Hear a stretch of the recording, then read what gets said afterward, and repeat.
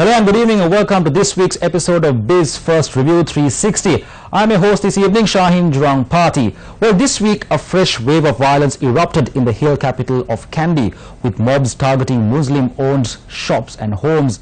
Now, as law enforcement agencies grappled with communal violence, the international community urged the government to take strong action against hate mongers and rioters. The state of emergency slapped to contain the situation was followed by travel advisories to the island by the United States, United Kingdom and Australia.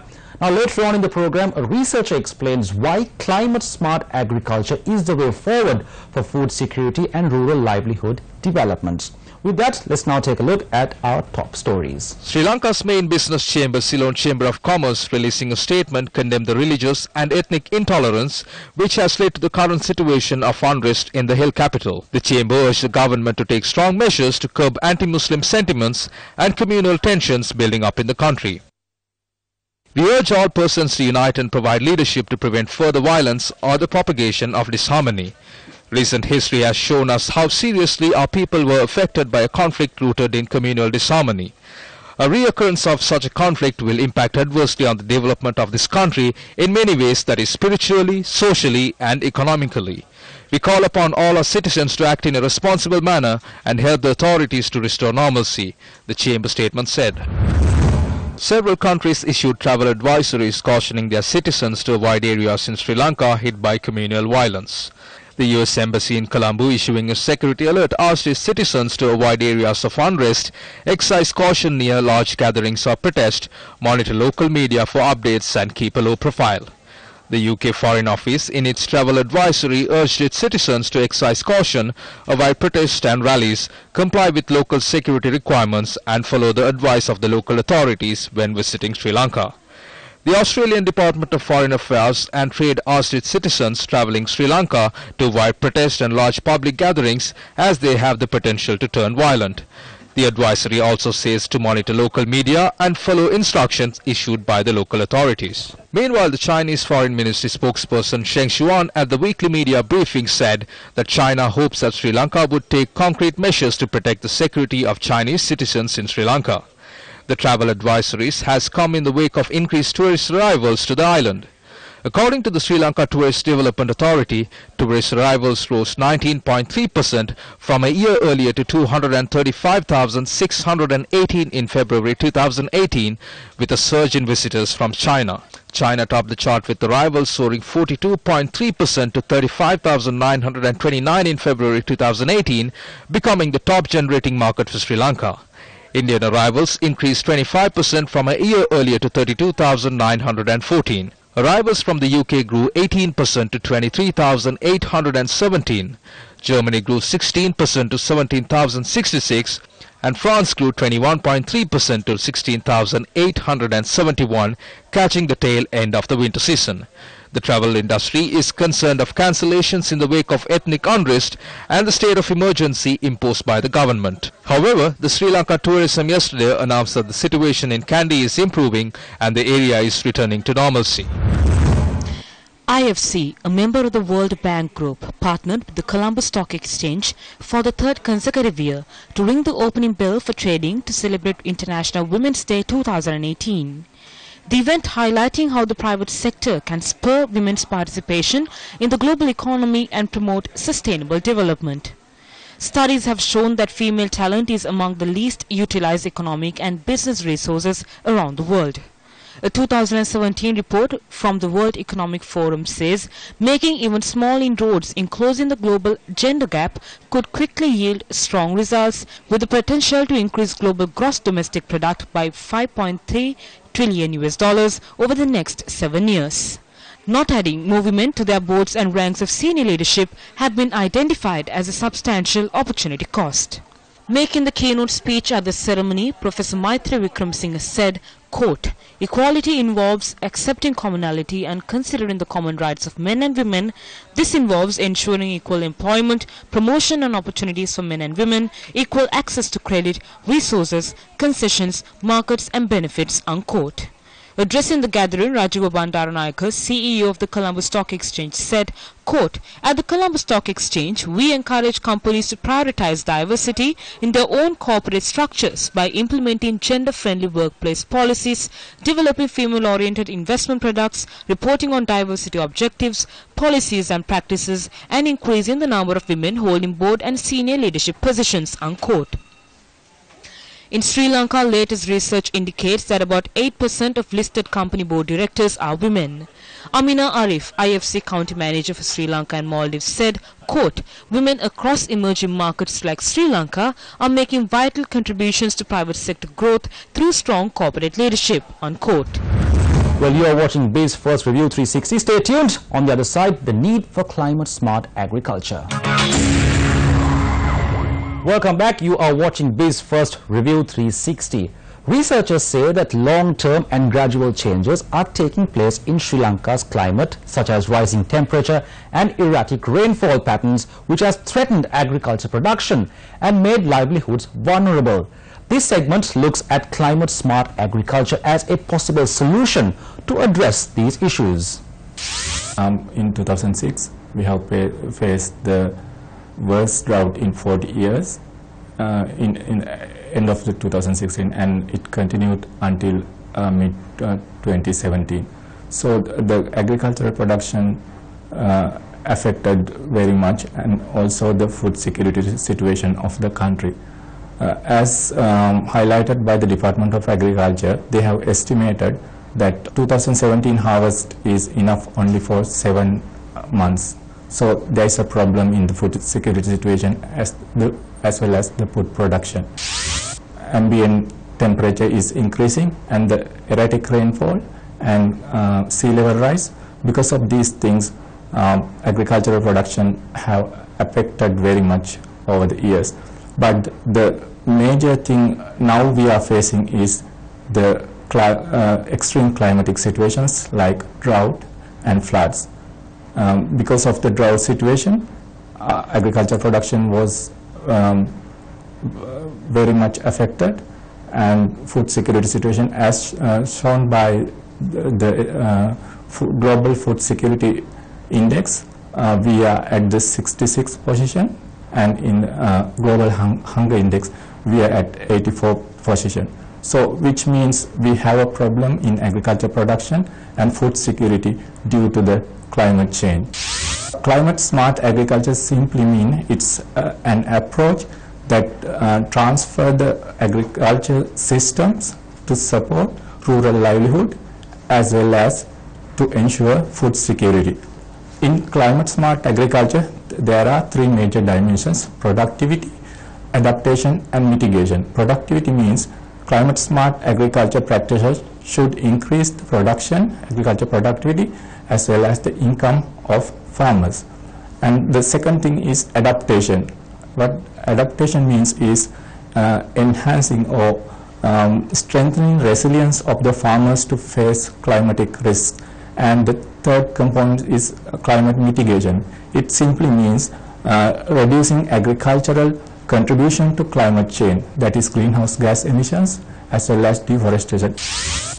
Growing drought tolerant varieties and zero tillage and changing planting date to suit the rainfall patterns, and changing technology, new varieties and different irrigation practices. For example, for the vegetable sector, the Department of Agriculture has introduced solar power drip irrigation systems, so to ensure that climate smart agriculture practices. And also there are in certain areas rainwater harvesting is practiced, and incorporation of livestock. These kind of things can be adapted to ensure agriculture climate smart. Climate smart agriculture practices are not context specific. Certain climate smart agriculture practices in dry zone may not be suitable in wet zone, and it's for rice production may not be suitable for different other field crop production. So it is very important to select the best climate smart practices that suit to different conditions and different crop varieties. Well, stay with us. On the other side, how can we promote a sustainable work life for women in hospitality and tourism sectors? Welcome back to Biz First Review 360.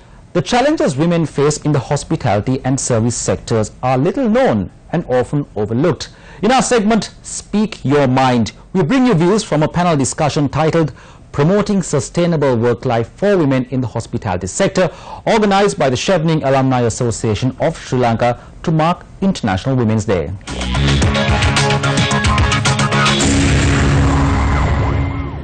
Sri Lanka has some inconsistencies. 98% of Sri Lankan girls receive a full primary education, a commendably high statistic. And in secondary and tertiary education in this country, there are more girls than boys. That's great. But sadly, it doesn't translate into what is happening in the workplace. Sri Lanka's female labour force participation rate has remained pretty static, in the range of 35 to 40% in the last decade, whereas there's been near constant male participation of 75%. That's to say that in a certain group of young men, 75% of those able to work are working, whereas only 35 to 40% of women are. This was the country which rightly takes pride in having elected the first woman Prime Minister in the world in 1960, and I'm honoured to be sharing the stage this afternoon with Colombo's first woman mayor. But overall in public life, women are underrepresented. Only 6% of Sri Lanka's MPs today are women. The base statistics for Sri Lanka are encouraging. Young women and girls are being educated in Sri Lanka.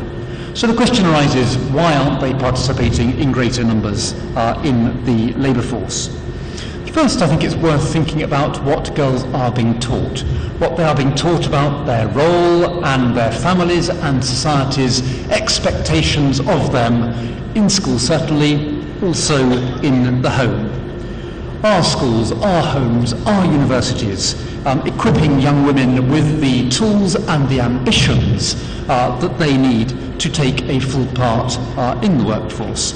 Are they being helped and encouraged? Are you their mothers, their grandmothers, their friends, encouraging them to develop and recognise their talents and helping to create the opportunities that they need to make full use of those and to grow them? The private sector has a vital role to play and ample ways to benefit from getting that right by leading the way and by promoting gender equality in the workplace. In short, diversity is good for business. Gender equality is good for business. There's lots and lots of research from companies around the world that shows that companies with more diverse boards and more diverse senior teams benefit from better decision making. They benefit from a greater ability to attract investment and are able to access wider talent pools. And bringing together different perspectives and experiences enables them to be more responsive to customer demands and business needs. I think we have to basically change mindsets and attitudes in how we perceive a woman and how far a woman could go, or what is it that women can get engaged in. So this is a mindset and attitude that people have, especially when it's the hospitality industry. But I have seen women who have broken all the barriers and who have become some star workers in the hospitality industry. In fact, recently, this is just to cite an example of what I experienced as a judge on the Rising Star program that was organized by the Hotel Association to encourage young people to get into the hospitality industry. The Rising Star for the bartender was a woman, and she was amazing. She was a woman who came from a far-flung village, started off working in one of the guest houses in a far-flung village, then went to a 3-star hotel, went to a 5-star hotel. Today she's in one of the 5-star hotels in Colombo. And in fact, I kept asking her, Do you love your job?